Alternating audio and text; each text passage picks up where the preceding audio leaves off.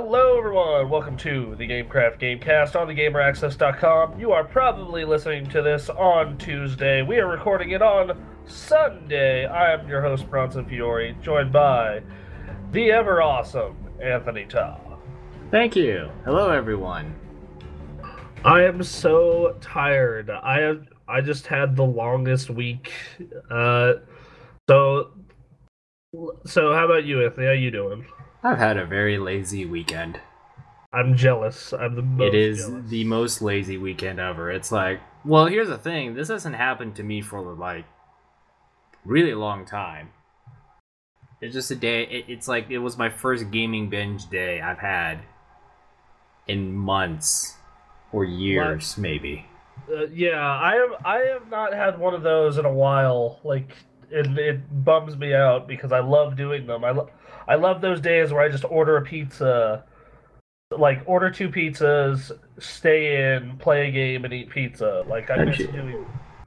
Don't you miss the grade school days when you would just come home and it's Saturday and you just play 12 hours of video games? Yeah, like I'm always gonna remember that weekend I got World of Warcraft, and Quinn and I played like 32 hours of the 48 we were of the 48 that weekend. Yeah, it's like a strange piece of nostalgia because sometimes you need to have like the right game also that you could just sit down and play for 6 hours straight and realize, oh wait, I am hungry. Maybe I should slow down and eat food. Food's a thing. It's only 9 p.m. I can eat dinner now. Yeah, so that's been a thing. Yeah, I've been really wanting to do that with Metal Gear or Madden, or Super Mario Maker. I got 3 incredible games. Like, this is the best Madden in a while because of all these new modes. Metal Gear is incredible, and Mario Maker is equally as incredible. Like, I got all these games in like a 3-week period, and it's just like, oh, one of your crazies at work became extra crazy, so you need to work a bunch of overtime. Oh, you have this wedding to go to. Oh, this needs to happen. You need to adult. And I'm just like, yeah, it's like adult life just slapped you in the face. Yeah, yeah, that's one of the games I binged on yesterday like crazy. I played so much Metal Gear that I just finished it this morning. So would you say it is the... Alright, so without spoiling anything, without saying anything else, because I feel we're going to do a spoiler cast on it, and I haven't played we will totally do a spoiler cast on it. There is a lot to say about this game. So is it your game of the year so far? It is. Is it better than The Witcher and Batman? I don't know. For 2/3 of the game, I was like, yes, but then I hit the last third, and I'm like, I'm not sure if this is exactly as perfect as a lot of people are claiming it to be. Because. I don't know. It's like I just finished the first mission in Africa, and so I finished that, and I also have played all the side missions up to that point, and I've been having a blast the entire time. Like, I've just thoroughly enjoyed it. Like, I cannot. Oh yeah, at where you're at, I was still thinking, yes, this is. I understand what everyone's talking about. This is possibly the best game of the year that's going to end all debates on what is game of the year. And I don't know, the final third was where I started to think, I'm not too sure if I want to say it's the best game I played all year. Is it like way up there with the Batman and Witcher? Yes, without a doubt. Is it above them? Well, that's when I have to sit down and think about it, because my issue with the final third of the game is that I kind of feel like I'm doing the same thing over and over and over again, and I don't know if it's because I'm not really experimenting with other things in the game. Like everyone has a different story of how they went through Metal Gear.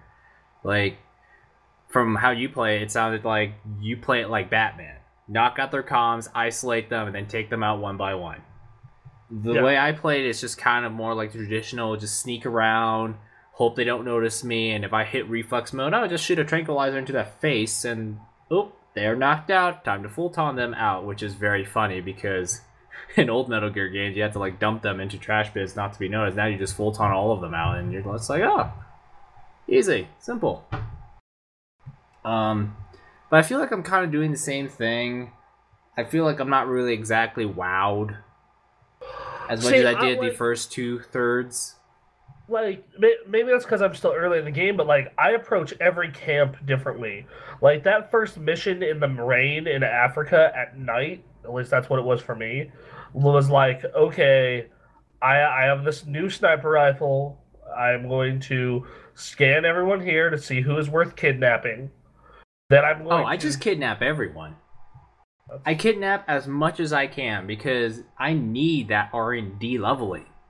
Like, every single little bit helps if I'm gonna like level up my base. And but like I don't have enough platforms at this point to to hold all those dudes. So yeah. So I need to be a bit more selective.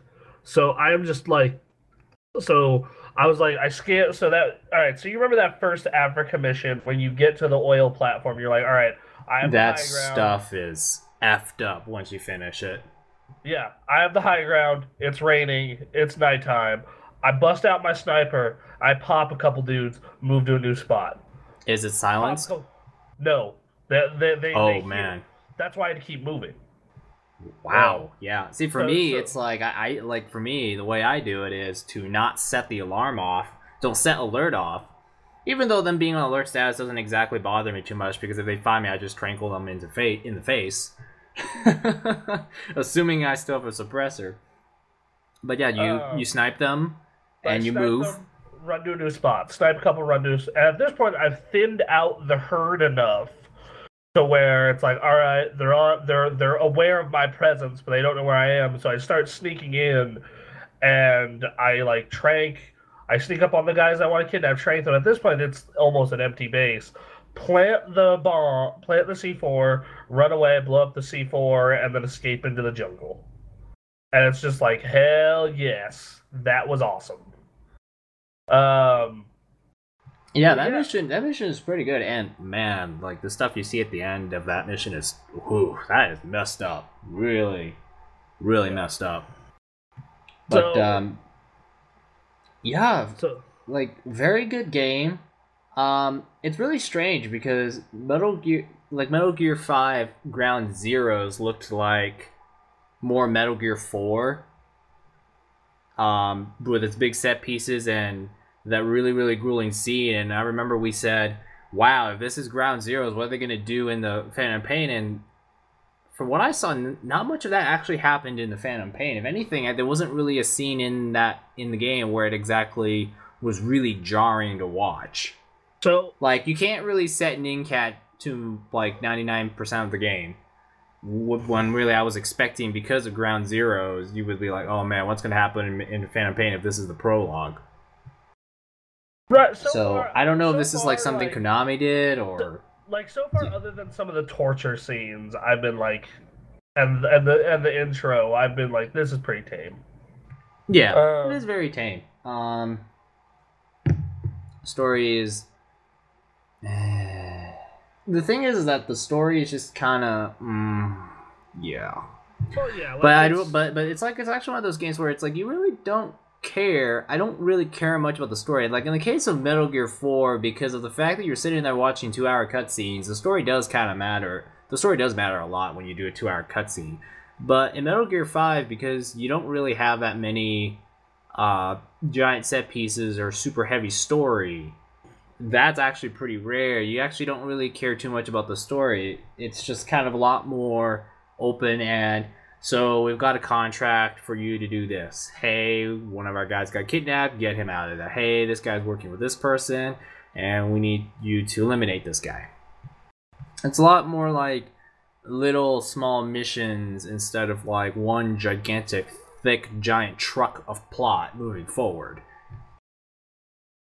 Which I actually kind of like, which is why it's so easy to binge, because every little mission it's just like, I need to extract this soldier, I need to get this prisoner, oh look, I need to infiltrate another base.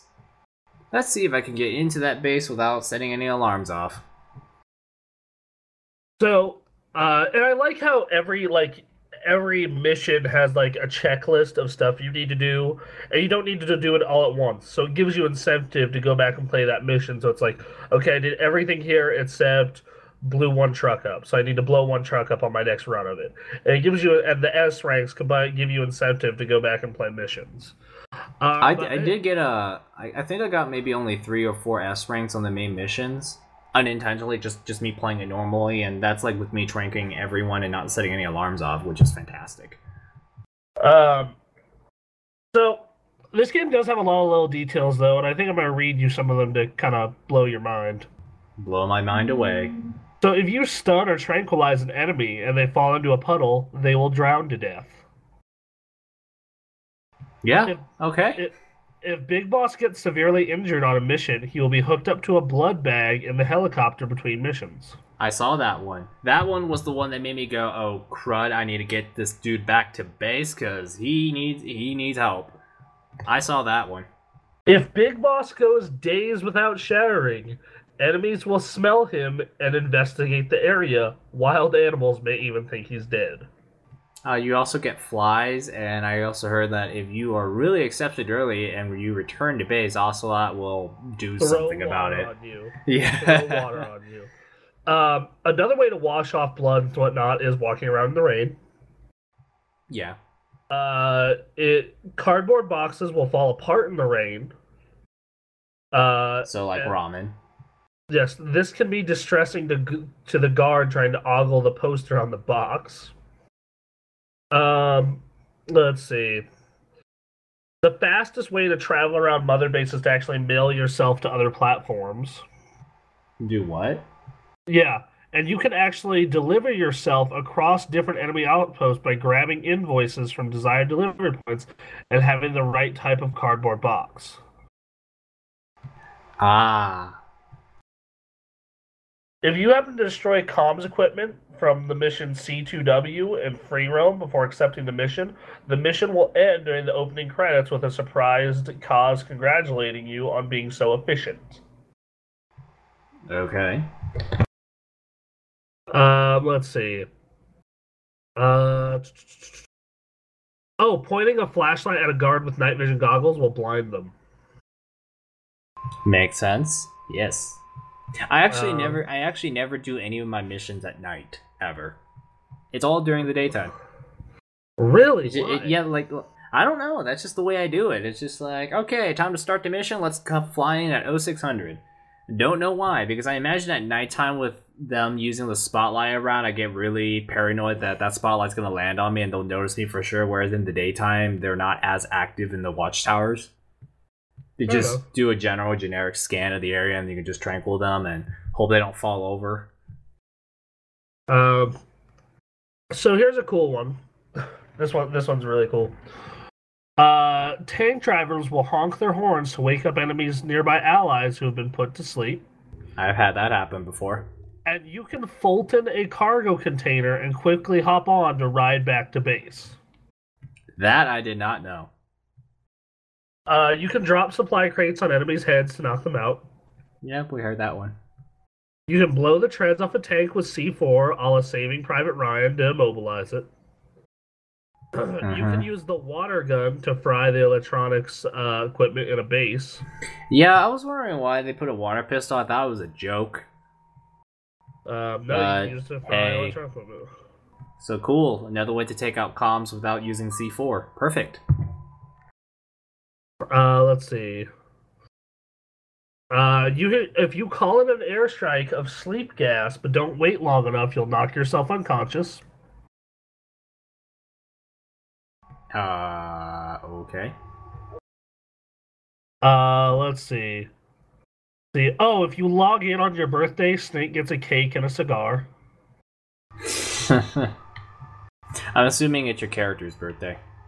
It's your birthday when they make you input your birthday in. You mean on PlayStation? No, like in the game. Yeah, that at the very one. beginning of the game, when they're like, "What's your birthday?" You can unlock a sniper wolf uniform for quiet. If you kill too many people or build too many nukes, the little stud on Snake's head will grow into a horn. Both male and female base soldiers you can take out on missions have voices when they interrogate enemies. If you've been Hmm. getting, oh, here's a cool one. If you've been getting a lot of headshots on enemies, they'll respond by wearing helmets. Same with Kevlar vests for chest shots or night vision if you infiltrate at night all the time. Let's So see. that's probably why I haven't had a night vision. Well, I actually didn't have a mission at night for a really long time, but that would. But if I did have one, that probably would explain why night would be a little easier for me. If your MO involves sniping, enemy soldiers will start to bring out binoculars more often. Mo, you mean your buddy? No, if you snipe people a lot, enemies will bring out binoculars more often. So if you do a bunch of missions where I you don't snipe, snipe a lot, but I have quiet sniping a lot when I get noticed. to easily, oh, you know the wandering mother base soldiers that you have to capture. Yeah. If you want to capture them more easily, play the love deterrence tape using your cassette player's speaker, and they'll come right over. Let's see. I'm trying to find other cool ones like that. Um, see.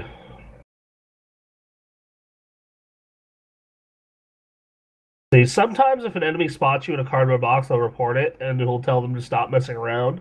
If the soldier comes to investigate anyway, and you've abandoned the box, they'll report it to the car. They'll report it to the command post. We'll tell them to schedule a psych evaluation. Okay. Let's see. Kaz might repeatedly ask Big Boss to say the magic words. While there's no button prompt for it, pressing the action button will make Big Boss respond. Uh. Okay. Okay. I'm a little. Okay, my head's a little confused by that. Never mind. Huh. Let's see. Let's see. There are tons of literary references in Phantom Pain. The codenames Ahab and Ishmael are the, you know, let's see. Ishmael, Ahab, Pequod are all references to Moby Dick. Okay. And also that you take a whaling ship to Afghanistan. Lots, and there's a whale, there's a fire whale. This has a lot of references to Moby Dick in it, basically. So Kojima likes Moby Dick. Probably. It's a good book. It's a little wordy, but yeah. There's a Lord of the Flies reference in the game that I can't talk about because of the spoilers. Um, let's see. You can Fulton an enemy tank with soldiers inside it if you sneak up unseen. I just did that. I just did that. It's like, take out this thing. And I'm like, can I Fulton it and hope they don't blow up the chopper once it lands in there? Oh, well, it's worth trying. Fulton. Fulton's hilarious because it's like this balloon device can lift just about anything if you put enough money into it. Yeah. It's funny just watching all this stuff just get extracted and you're just looking at them like, wow, that must be the most convenient thing ever. All right. So next up, if you have female soldiers on Mother Base, they'll ask each other if they're Team Miller or Team Ocelot. I hope they pick Miller because Ocelot's going to be a major disappointment down the line. Just give it about 10 years. So 20 years. Miller's in a much better place 20 years down the road. Yeah, Miller's in a much better place 20 dollars a year. Ocelot, not so much. Let's see. And yeah, not anything else is kind of like spoiler stuff. So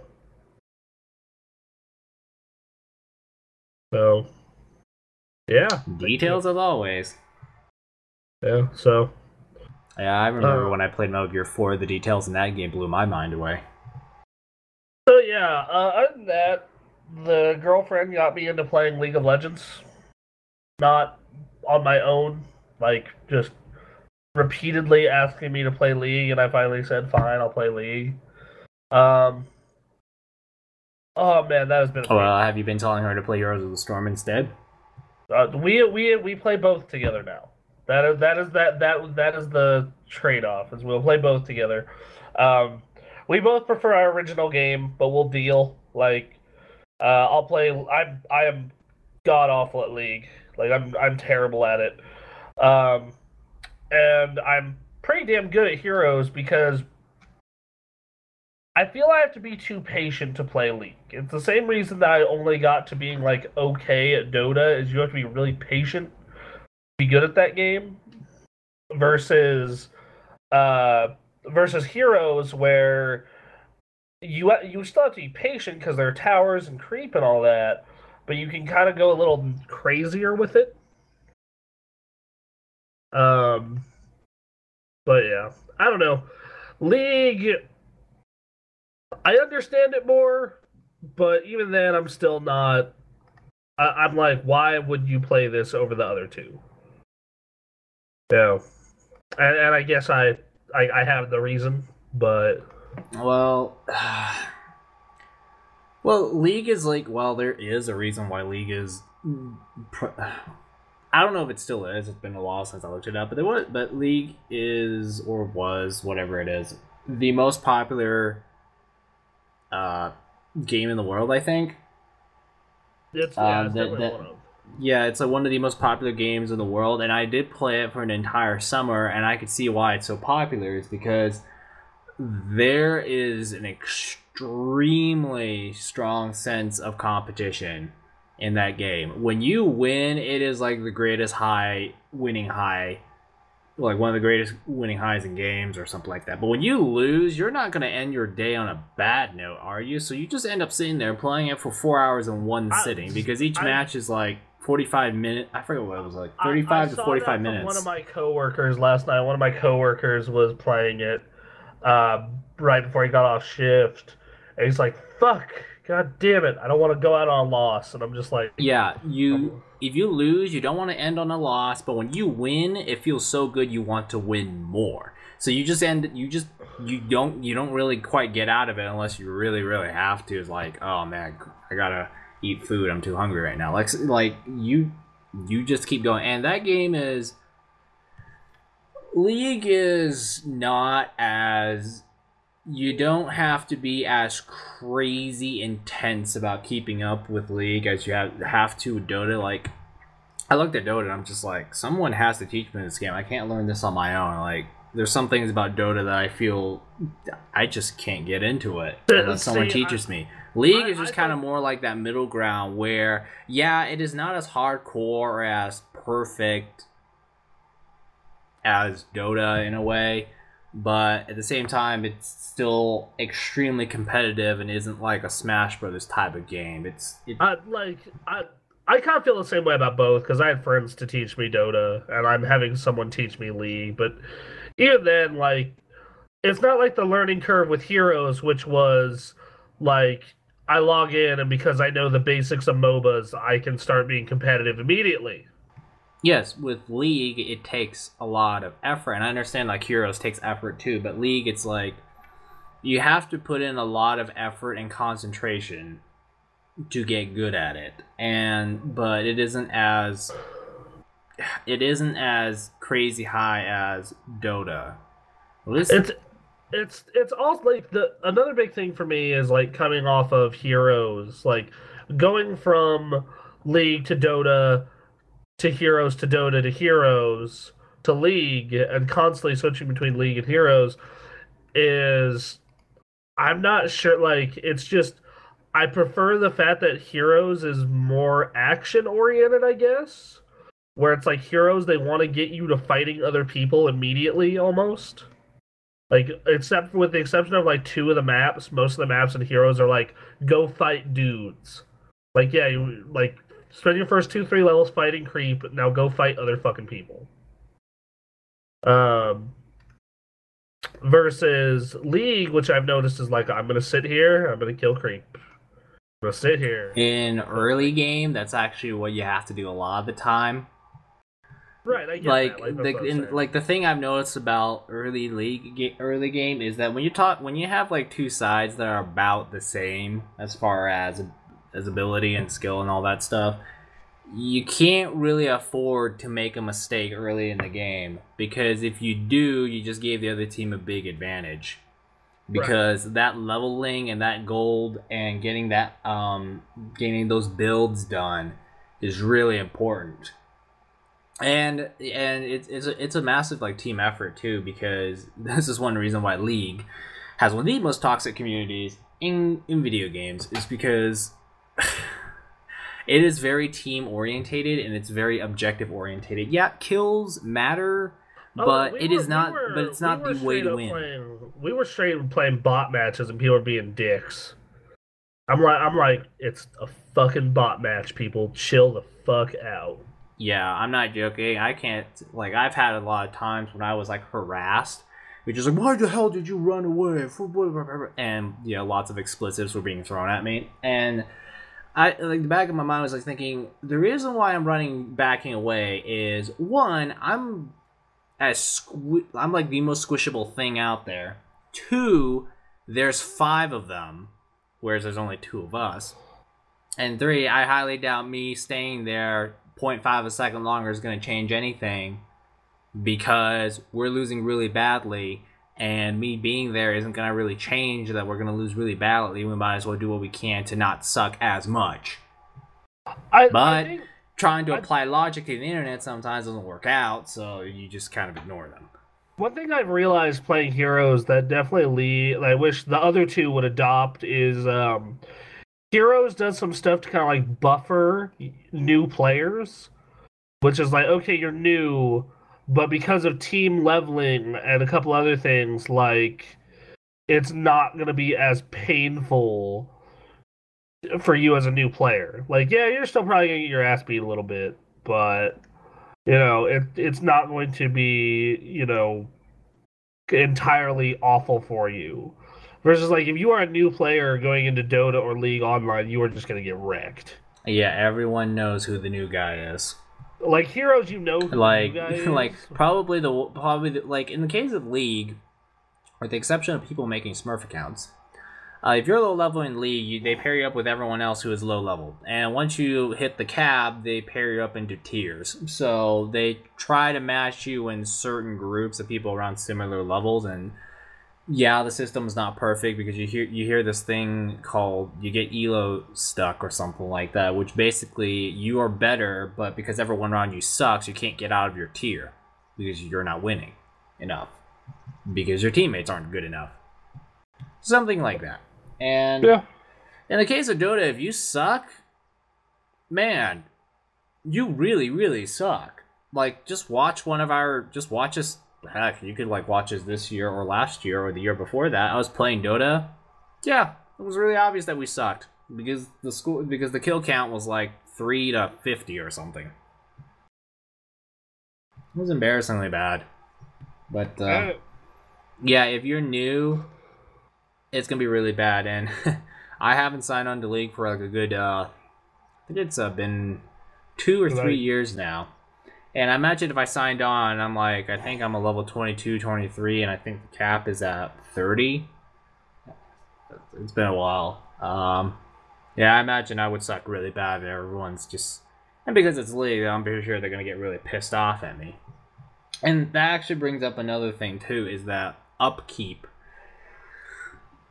I think League and Dota are very popular because of the amount of knowledge and upkeep you have to do, and those who can adapt to all that upkeep and patch notes, you feel pretty good when you can adjust more quickly than others. But for me, I couldn't do it, because once the college semester started off again, I just didn't have time. I'm sorry, I can't sit down and read all the patch notes and analyze all my item builds and look up all these guides, and then and playing MOBAs, you need so much focus, because one little mistake could just tick everyone off, and one little mistake could cost the entire match right on the spot.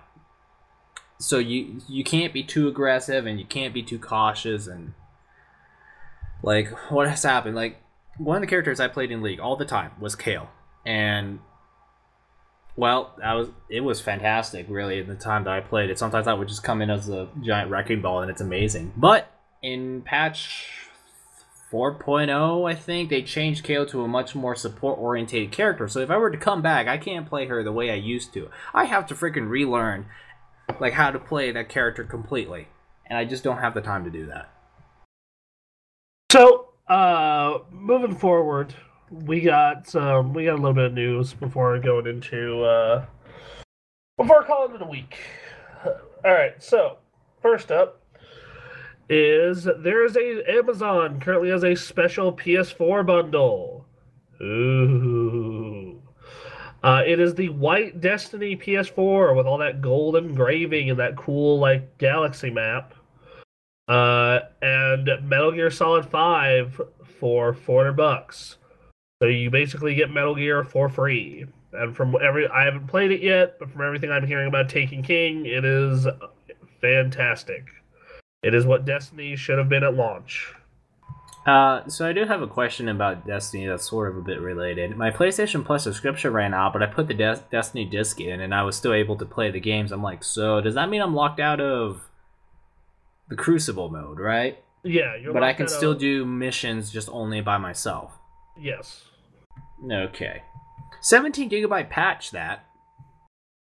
Okay, cool. Yeah, that's how much it took to update Destiny to the Taken King, at least on my system.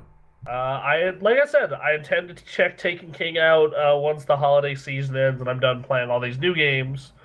It's nice to see that they finally got it out of beta. That's good.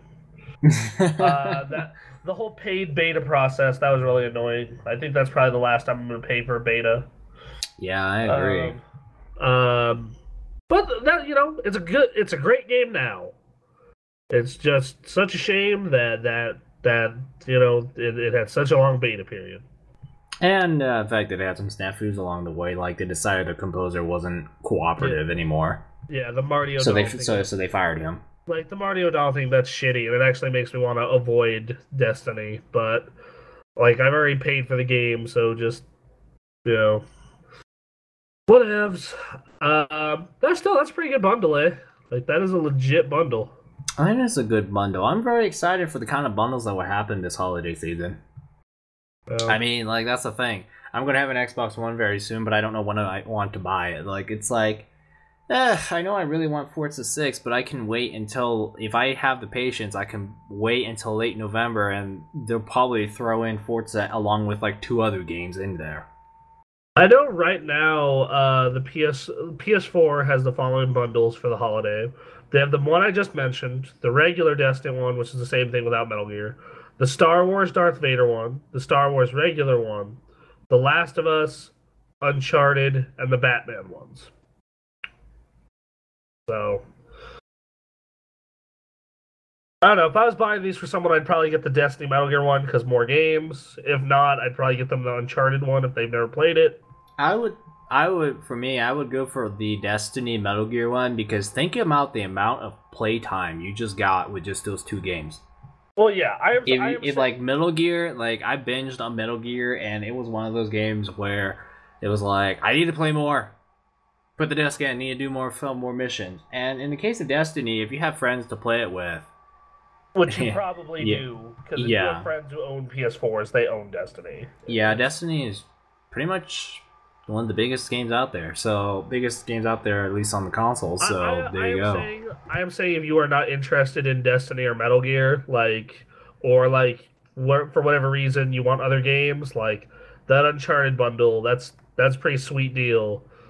I got to see like especially if you've never played those games, because they're updating Uncharted 1 with Uncharted 2 shooting system /3, and I also looked at that. I saw the footage they put out of the collection, and I did not think a redone Uncharted 1 could look that pretty. And same goes for Uncharted 2. I'm like, man, you can still tell this was a game from when it was from, but it looks really, really good. Yeah. Now imagine that running on a PS3 blows your mind how they did that. Yeah. What kind of magic? There clearly has to be some hidden magical processor hidden somewhere in there, right? Because it can't look this good. The Last of Us can't look oh man. The Last of Us, like I don't know how they did it. And then Star Wars is another bundle. Which, look, that Star Wars bundle, that Darth Vader PS4 looks sick. The thing is that I would not be surprised if the Star Wars bundle flies off shelves like crazy, because the moment they put out Star Wars Episode 7 merchandise, people bought it like crazy. So like the Star Wars craze is on. You got Battlefront coming, you've got the movie coming, you've got the merchandise. It's like Star Wars is getting big again. Very big again. The funny thing about that is, so it is customary for the bride and groom to give the groomsmen and the bridesmaids a like gift, and they gave everyone a small gift bag, and my gift bag had Star Wars glasses in them, like drink glasses, which they were the original Star Wars and Empire Strikes Back glasses. So yeah, I don't. God, I don't want to get excited for Episode 7. I really don't. But like, part of me's like, it's fucking Star Wars. And fucking Disney will do everything in their power to make sure this cannot be a bad movie in any conceivable way. Right? I mean, you gotta think about it. You talk about a Star Wars film. Star Wars has been in the gutter for a long time. I mean, it got so bad to the point where, like, when Disney got it, they were like, okay, all that terrible books. What books? Yeah, they basically they went like that. The hype is so unbelievable that I feel like this has to be one of the best movies ever, or else it's a failure. It's like all or nothing, because the hype is so unbelievably high. Because once that happens, you can only see two things: you either met your expectations or you didn't. Right, exactly. It's like it either meets it or it's a disappointment, and that's one of the problems when you get so much hype. Just like ask Destiny. Destiny's not a bad game; it's a good game. The core shooting is the core shooting. Like, can you ask for any better core shooting in any shooter? And hey, it had lots of potential, but what ended up happening? Everyone just wasn't really happy about Destiny, because we all thought this was going to be the greatest thing ever when Bungie was given the unlimited budget, and they released basically a one year long beta, and look how that turned out. So like it's gonna be ridiculous. Part of me is like, well, Disney knows what they're doing, and they are an entertainment empire, so okay. But at the same time, it's like, if you don't, all these fans, it's like, if you're gonna pull off another Episode 1, I don't know how the world's gonna react. I will say that, like, regardless of what happens with that movie, Battlefront is following the original trilogy, and it looks dope. And there's actually been a rumor going around that, when I heard this, I was like, you're kidding. This, like, the original trilogy coming to Netflix. That would be fantastic. Like, I heard that, and I was just, like, freaking out so bad. I was just like, oh my god, oh my god, oh my god, oh my god, oh my god, oh my god, oh my god. Like, I was just losing my freaking mind. Like, I own those movies, but just to have the convenience of them, like, on Netflix is super nice. So which cut are they going to put in there? They'll probably put in the redone. But even, like, people get butthurt about that, but it's not as bad as everyone says. Okay. It's still, like, yeah, some of those things are pretty egregious, but for the most part, it's not as bad. I just say, looking at this Star Wars Darth Vader bundle, this looks awesome. Darth Vader's head on the front of the PS4, the Darth Vader color scheme controller, the box itself, instead of being like blue like the other PlayStation boxes, it is black. It looks super sleek. Like, black on black. Got it. It looks super sleek. I was going to suggest a Stormtrooper white system, but I already have one. Yeah. Yeah. So, like, I don't. Well, the Star Wars craze is, it's gonna hit really high, and Man, it's really dangerous when it gets that high because it's everyone is getting so stoked about it, like as if the original trilogy didn't exist. It's like one of those. It's like, okay, guys, I know you're getting excited. I understand that Disney's going to do everything. Disney is very likely doing everything in their power to make sure this does not suck. But you kind of have to be aware that the prequel trilogy existed. Right, but like you also have to be aware that like none of those people are involved in this. Yeah, but still, it's kind of like you have to be careful when you're like it's like it's gonna be the best thing ever. Is it? Are you sure? Are you 100% sure? I mean, let's see. What are the things they're doing with it? They're bringing the original cast back, or trying to bring back as much of the original cast back, right? That is one thing, yes. Yeah. Like, for me, I'm just like, oh, I'm going to be a little wary because every time I get extremely excited for anything, Destiny, Smash Bros. Brawl, yeah, setting myself up for disappointment. Yeah, I definitely get where you're coming from, but, like, man, like, just, I remember when I played at E3, I watched the footage, I'm just like, oh, man, like, even if that new movie sucks, I'm hoping that game turns out really good. I hope the game turned out good too, because that demo I played, oh man, freaking, that game felt like the movie. Like that is like, yeah, it's one thing to look like Star Wars, but it needs to feel like Star Wars, and it did. I'm not joking. Stormtroopers shooting at you and constantly missing, just like the movies, that's a fantastic thing. Okay, you would think, oh, well, the AI is stupid. No, it's like, oh, the AI is stupid. And I'm like, no, the AI is not stupid. Have you seen the movie? Stormtroopers don't know how to hit anything. They always miss. And in the game, they always missed. That's perfect. That's excellent. And Star Wars has like, oh, man, those sound effects. Granted, that makes for very lazy sound design because you don't have to do much with sound design because all you do is just take everything from the movies. Oh, you need new music? Oh, well, just rearrange everything from the movies. So as far as sound goes, you just take everything from the movies. Hey, easy, done, lazy, but it works, so fine. I'm really excited to see that movie. Like I'm excited for the movie. I'm excited for the game. I'm cautiously optimistic. Like I'm fully aware that this could blow and blow hard, but I'm also like super stoked because I'm like, dude, Star Wars. Yeah, it's like Star Wars could come back in a huge way because there was like maybe a good long decade when it just sucked. Like, I mean, even at the time when that prequel trilogy came out and people weren't exactly digging it, at least the games at that time were really, really good. Like talking about like Jedi, what was it called? Jedi Knight 2, Jedi Outcast. Yeah, Jedi Academy, that was awesome. Like I have both those games, and oh man, I remember that. You get to wield the lightsaber in those games, and it was so cool. Battlefront 2, that's one of my all-time favorite shooters. God, what was it? Empire War was not a bad. What do you call those games again?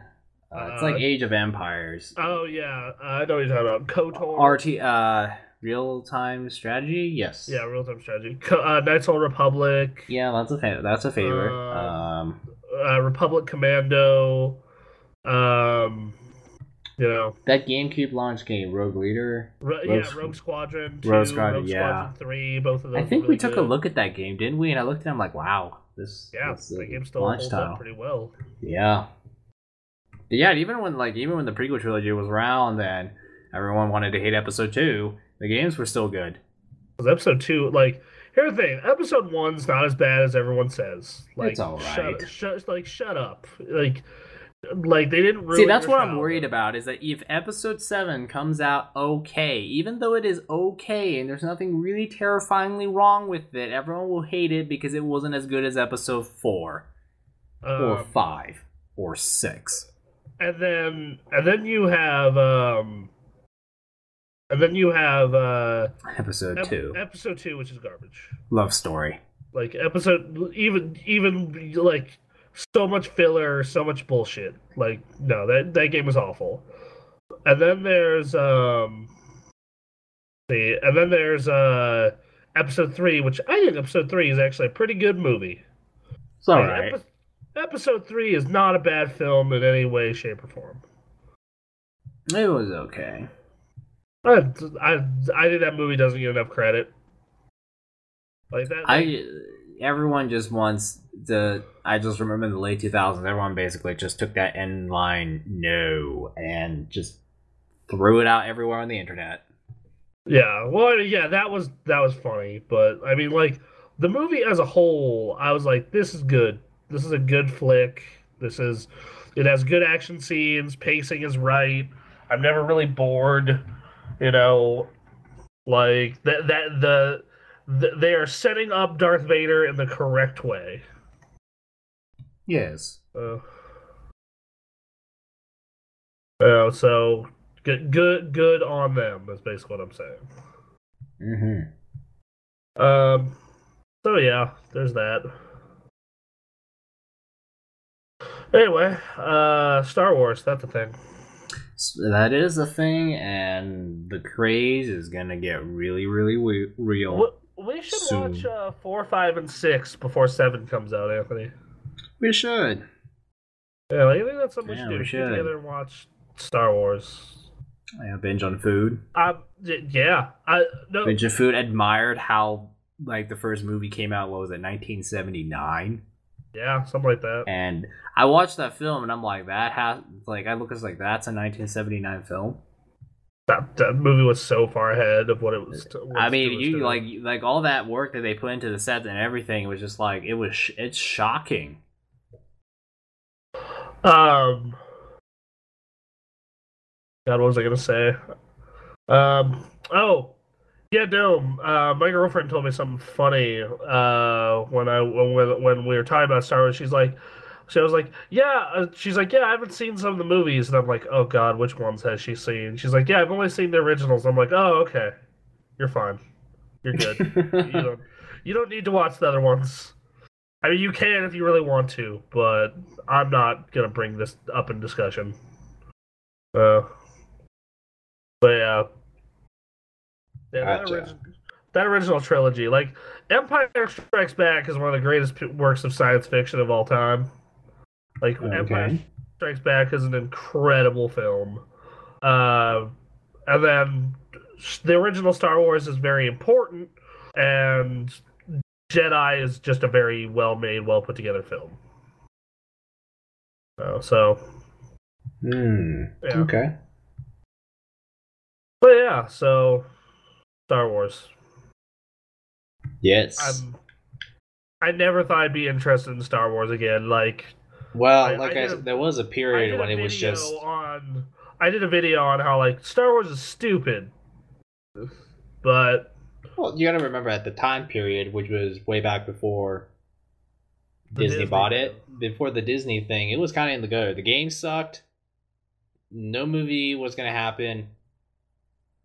The universe was terrible outside of the original trilogy. Not much hope going on there. That Clone Wars cartoon was pretty good, actually. Yeah, that was pretty good. Yeah, Force Unleashed 2. That was awful. I think I look at the Force Unleashed one, and I'm just like, I feel like the founding person for the Rebel forces probably deserves a better game than this. Yeah, probably. Because Force Unleashed 1 was a pretty good game. Force Unleashed 2 was awful. Like, awful. Hey, if it has Darth Vader, can't go wrong, right? Right? You fight him and do a relatively poor job of it. Yeah. Anyway, yeah, Battlefront. That's gonna be beta coming out in a couple weeks here. Maybe.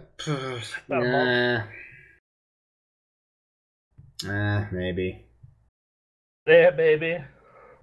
I don't know. I'm not really a beta guy. Ask Destiny. Yeah. All right. Well. Anyway, ladies and gents, I'm feeling that's pretty solid. Oh, wait, I forgot the last news story. So we're all excited for Persona 5. Yes, I have they some kept good news. insisting it was 2015, right? I have right? some good news and some bad news regarding Persona 5. Okay, let's hear the good news. The good news is they put out a new trailer, and it looks incredible. It looks very, very good. And they even showed some more gameplay. You can play video games with your cat. You get what? You have a cat. Like you have a cat, right? Right. Right? And you can play video games with him. Wow. Yeah. Yeah, it's pretty cool. Um, but no, you have a cat. You can play video games with him. They're showing all this like stuff about being a thief and other gameplay. It looks phenomenal. Looks absolutely phenomenal. Um, and they actually showed some of the new personas, and they look ridiculously awesome. The anime cutscenes look fantastic. Like everything about this game so far looks great. Like they showed this trailer at TGS, and they put the game's best foot forward. Excellent. I hope that if I do get this game, I can actually get more than 2 hours into it. Play it on very easy, I guess. I hope the very easy mode is actually very easy, because for me, it's like I feel like the biggest appeal of Persona to me is not the gameplay, but more building social links and going to school. Because I was like, I want to keep going to school and build social links, but freaking Kanji's dungeon's driving me nuts. I gave up. Anyway, they did this trailer, and just everything about it looks superb. And then they proceeded to go like, so we know we've been saying 2015 a lot, but we need quality. But we're delaying it to 2016. Sorry, bros.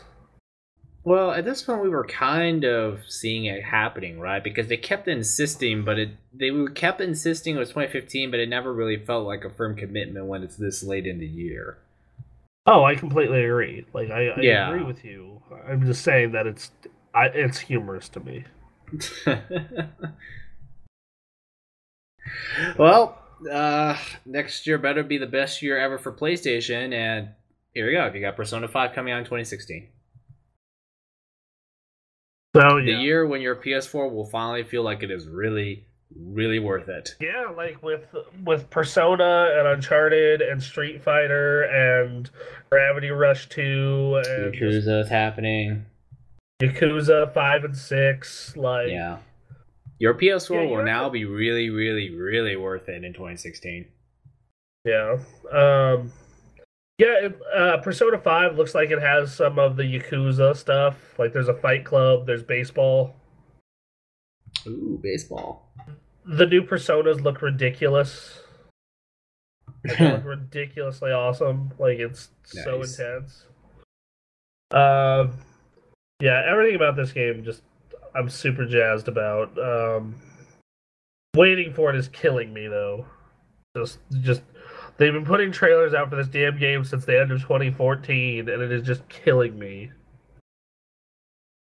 But it will happen one day. Yeah. It will be here.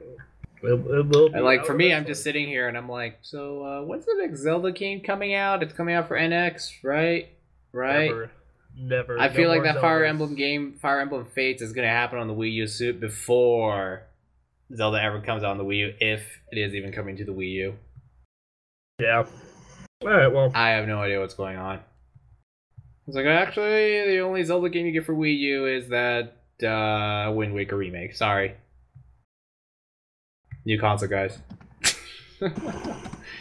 But for those of you who are hardcore Persona fans and want to play something, Dancing All Night is out in 9 days. If I complete... Oh, right, that game. That game. Yep.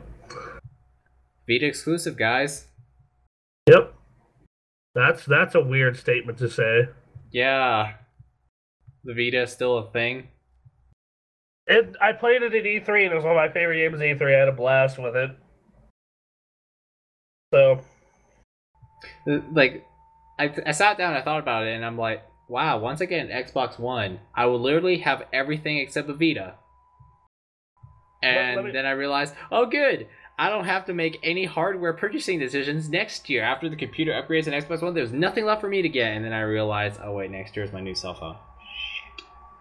Yeah, I was about to say. That threw a wrench in the plan. So many choices. So many expensive choices. I went a 6S, and I will tell you how that experience goes when it is available to me this Friday. I'm sure it will be fantastic, like all the other iPhones you've owned. Yeah, that's one thing I can say about Apple. They're very much. I've never been disappointed in my phone. But yeah, so anyway, that's about it for the show.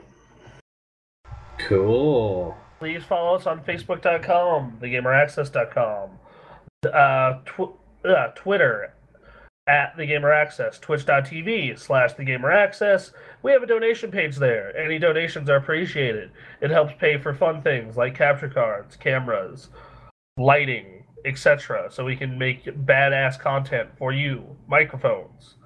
So please, any donations are appreciated. We'll be sure to thank you personally if you do donate.